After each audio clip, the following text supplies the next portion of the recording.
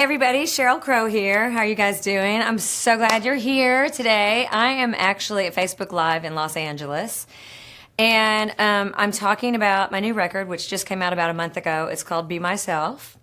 And last night we played the Greek Theater, which was a blast. I haven't been here in a while, so it was really fun to play for everybody that was there last night. And I'm just here hanging out with you guys this morning, and we're just going to talk about the new record. I'm going to answer some questions. If anybody has any questions, please feel free to drop them off to us. Let me see what's on this. I'm going to see who's sent in questions already. This is Hilda Handa. On a previous chat, you said you're coming to Japan in the summer. Is it true? Well, Hilda, I am a notorious liar. And no, that's not true. I'm really hoping to come to Japan. Right now, as it stands, we are touring this summer in the States. We're doing a thing called the Outlaw Tour with a whole bunch of artists from Willie Nelson to the Avett Brothers to Bob Dylan's going to do some of it. Sturgill Simpson's on some of it. So far, I think I'm the only woman. So I'm representing the rock chicks. And then after that, I think that goes to the fall. And then we haven't really figured out next year. I'm hoping we're going to come there because my 7-year-old is mad that his 10-year-old brother has already been to Japan once, although he doesn't remember it. So we have to get over there because I promised him we would. Anyway, I hope we get there, Hilda, and if we do, come see me. All right, this is Joe Simos. I'm sorry if I said that wrong. I would imagine you meet and have opportunities to converse or collaborate with various celebrities and artists.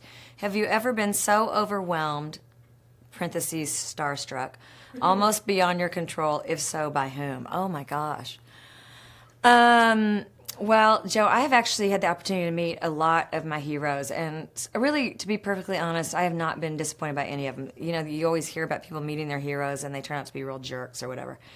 I've always been really amazed at how awesome my heroes have been. I used to be extremely nervous around the Rolling Stones. In fact, in 1995, I think it was, I was on my first tour. We were in Europe, and they invited me to play with them in Miami at Joe Robbie Stadium for a pay-per-view for like 1 million pay-per-view watchers and in front of 65,000 people. I flew in, and we rehearsed, and it was on Thanksgiving Day, and I threw up the entire day until I had to go out there. And then Bobby Keys, who's no longer with us, handed me a bottle of tequila and said, "Here, have a sip of courage," and then shoved me out there. And then the next thing I know, I'm singing with Mick Jagger, and Keith Richards is right here. And so it was pretty amazing. So yes, not only starstruck, but like vomiting. So anyway, yeah. That's the first one that comes to mind. All right, this is from David Moss. Hi, Sheryl. We saw you at Manchester and wonder if you'd had a beer balancing lesson since. Oh, my gosh, David, I can't believe you brought that up. David, that was between you and I. No, I'm kidding. So for you guys that weren't in Manchester, I went to sip my beer, and I dropped it. And it just went all over the stage, and, you know. And it was really the first beer I'd ever had in my whole life. So that was really why I dropped my beer. But yeah, that was really, that was a good moment. And I'm glad you brought that up. Ben Jackson, your vocal performance on the Be Myself album and also live this year is sounding so vibrant and strong. What do you do to keep care of your singing voice, Sheryl? Ben. One thing I will tell you that I've learned from other artists, but particularly from Greg Allman, who just passed away recently as well. I remember being on his bus, and it was I think it was 1996, and we were on the Horde tour, and I was like a real newbie, and I wound up getting to hang out with him, and every night he would sound just unbelievably awesome, and they'd do like 2 or 3 hour shows, and I was asking him about it, because as we all know, Greg was not like the most... I mean, he smoked, and anyway, he said sleep. The only thing that will keep your voice strong and keep you from getting hoarse and that kind of thing is sleep. And so I try to sleep, even though I have my boys on the road with me. We always figure out something that they can go do while I take like a 2-hour nap. So yeah, that's sleep and water. And steroids. No, I'm kidding. Rick Payetta Absolutely loving the new album, Sheryl. On the song Be Myself, the lyrics ring so true with what is going on with social media these days. You nailed it. Nailed it. Along with channeling your inner Joan Jett with that scream at the end. Have you ever collaborated with her or Pat Benatar? Okay, first of all, Rick, thank you. That is high compliment. And we used to do a club gig in New York when I was making... What record was that, Pam? At Shine. I think I was making the Come On, Come On record. And we used to do a weekly club gig. And we would just do like bad covers from like the 70s and 80s. And tons of people would come down and sit in. And it was really fun. It was kind of a little scene. And I invited Joan Jett to come play with us because she had come down a couple of times. And so she was going to play with us. And I could see her back there, and then right before I was going to call her to come up and play, she left.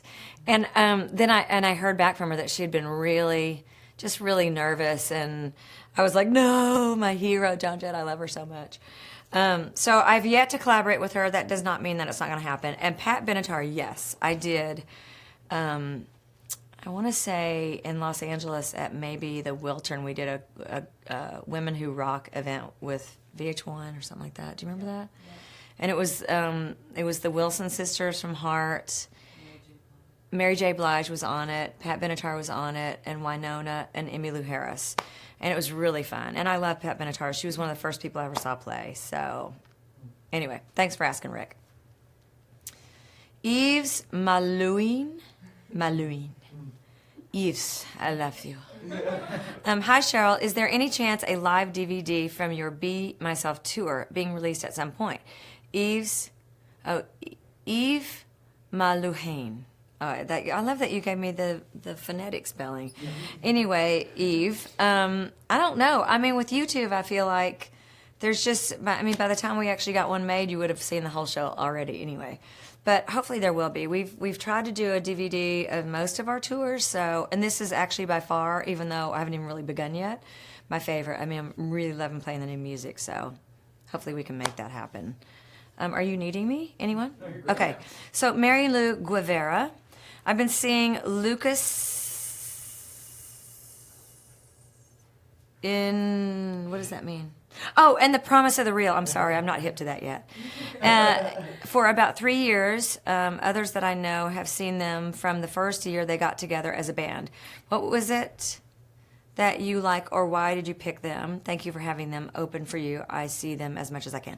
Okay, Mary Lou, I totally love them. And yes, it was kind of a happy or a happenstance, a happy circumstance that we got to have Lucas and The Promise of the Real out with us. We are, like I said, doing a whole summer tour of the Outlaw Tour, and obviously his dad is Willie Nelson, and he is the headliner for that tour. And my management actually manages Lucas, so I've been following Lucas as well, and I started hearing some of his early stuff as a songwriter through my management, and I just was blown away. So we've done 2 shows with him so far, and I'm just loving it already. We're already collaborating. He's just totally special. So I'm glad you love him. Spread the word. His record's coming out in August, and so we need to all buy the record so that we can keep great young artists like him employed and out on the road. Okay? All right. Thanks, Mary Lou. Luis Lopez, what's a song that lifts you up in hard times? Thank you for your time, Sheryl. Oh, wow. Okay, so that lifts me up. Well, let's see here. One Love, definitely. And a Redemption Song, also. Both Bob Marley songs. What else? Don't Dream It's Over. Love that song. That's Neil Finn, Crowded House. Gosh, what other songs? Oh, Stevie Wonder, yeah. I mean, Love's in Need of Love Today is one of my favorite songs. I mean, the Rolling Stones, I can put anything from Let It Bleed or Exile and just feel like it's all going to be okay. So, and you know what, Luis, I'm sure I will think of other ones after I've answered this, so stay tuned. Rick Stewart. Did you have someone specific in mind when writing Strangers Again? Love this song. Like my favorite mistake 19 years later. Oh my gosh. Is my favorite mistake 19 years old? Oh my God, I'm getting old, Rick. I didn't, but you know what? It just seemed, I was thinking about it. The fact that you're in a relationship with someone, and in fact, it's kind of funny. I was thinking about it before I wrote this song. This girlfriend of mine who's in a marriage that is kind of unhappy.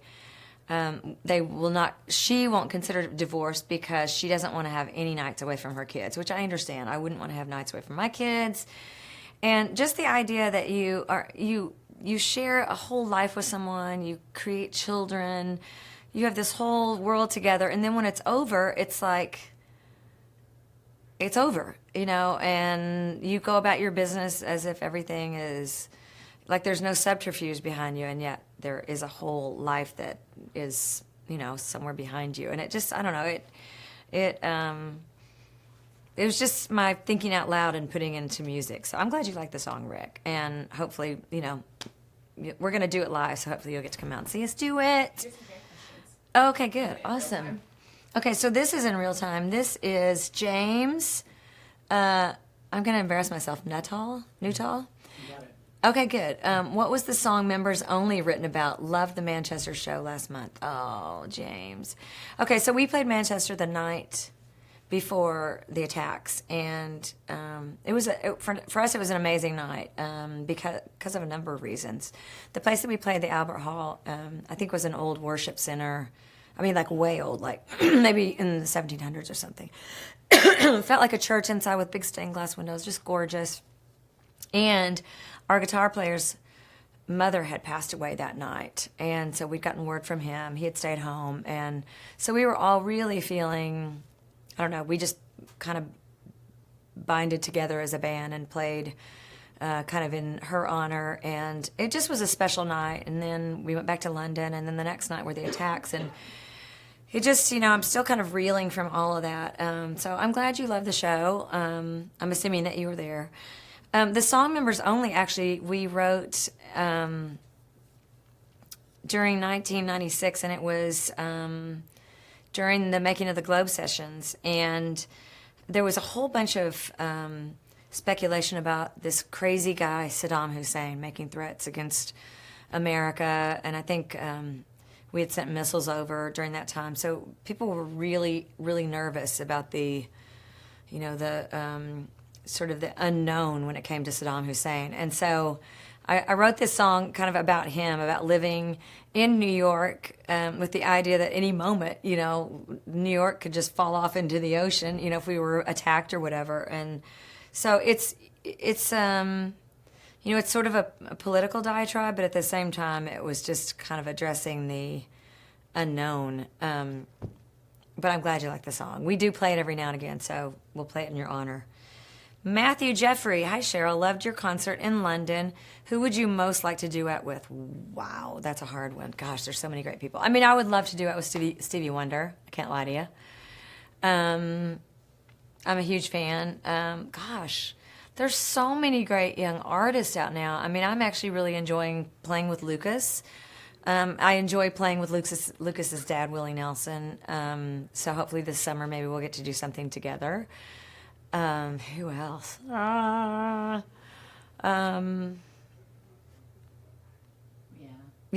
Who? Rihanna.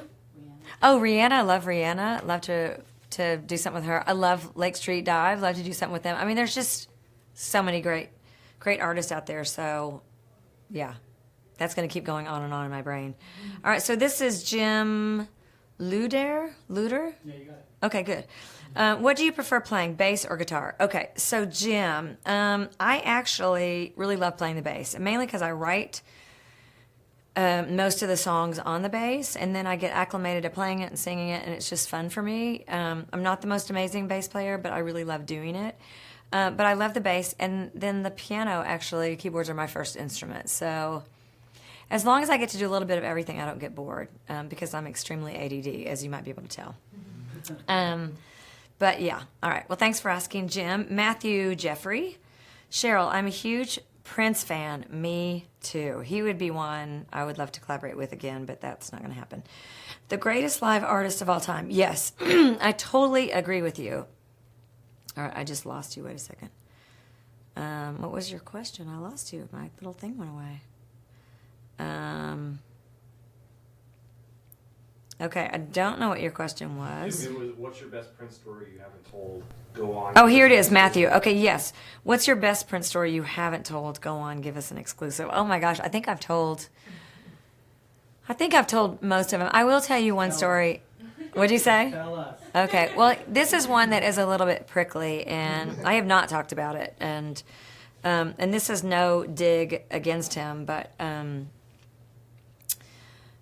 as most of you guys know, if you know me at all and you've heard me talk about Prince, I had the really amazing experience of getting to go to Paisley Park and record with him and play basketball with him and play harmonica. And we also went to a club that night and we jammed, and it was just like dream come true for me.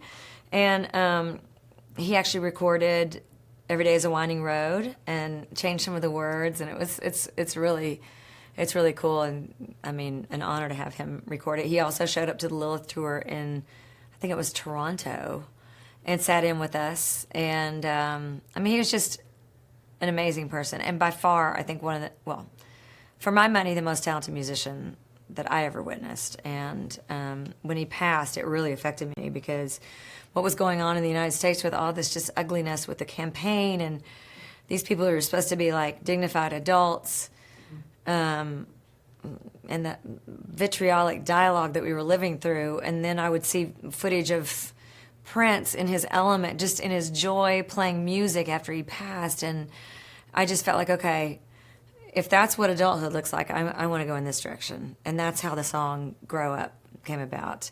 But one of my last conversations with him was I asked him to play with me at live from Central Park, and he didn't want to do it. And the reason he didn't want to do it was that he was really just bucking the whole system, not wanting to do anything that was corporate, didn't want to have anybody own anything, and Amex was going to actually own the show.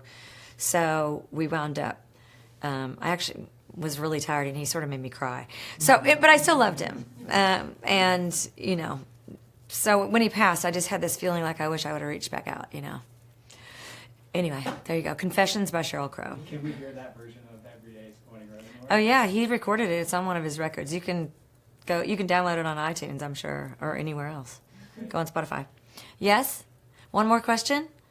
Okay, so Tim Wallace saw you at the Grammy Museum on Wednesday and then at the Greek Theater last night. Wow, Tim, you are a fan. Both great shows, both very different shows. Which performance did you and your band enjoy the most, playing for 200 or playing for 6,000? Okay, so I love both of them. It's always fun to have an opportunity to answer questions, because I think sometimes, like for me, when I'm a fan of somebody, getting to hear them talk, I get a better idea of who they are, and then their music starts to feel different for me. So hopefully people who watch the Grammy Museum got a better sense of who I am, and hopefully that didn't ruin the music for them. I will say that it was kind of funny because there were a couple people that kept falling asleep at the Grammy Museum. And when that happens, I can't not look at them. It's just funny. It's like my eye goes to them and I'm thinking, when are they going to wake up? Or am I boring them? Or what if I do something really loud like sneeze and will they wake up? Anyway, so that made it really fun and interesting. And then playing at the Greek is one of my favorite places. And also it was a full moon, gorgeous night. So I love both. It's fantastic. Either one, both. Okay, do I have time for another one or is that it? Sure, one more. Why not? Okay, one more. Why not? Sally Hannon. Hey, Sheryl, I saw you in Manchester. Wow, a lot of people from Manchester. That's awesome. It was my absolute dream to see you. I was completely starstruck. Aw. Did you throw up, though? Anyway, was just wondering if you were to sing with any country star, who would it be? Absolutely love your new album. You're amazing. Well, I mean, I'll be honest with you. I'm a huge Dolly Parton fan, and I would love to sing with her. I've never gotten to do that. I've only actually met her a couple of times, and that would be a real dream. I'd love to sing with George Jones, but unfortunately that's not going to happen. I'm a big Emmylou Harris fan, and she's also a dear friend, and I've gotten to sing with her a lot, but I cannot sing with her enough. I mean, she's really one of my favorite people to sing with. So, and I'd love to sing with Linda Ronstadt. She's not singing anymore, but I'm a huge fan of hers as well. So, yeah, I think that covers it.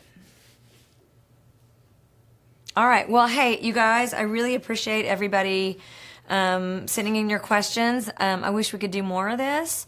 We will do more of it. I'm learning more about how to do more Facebook Live stuff. So we want to do a bunch of stuff with this year on the road, and we want to do Facebook Live with as well, because there are a lot of people I would like to ask questions to. So stay tuned, and we'll see you out there on the road. So keep in touch. See you guys.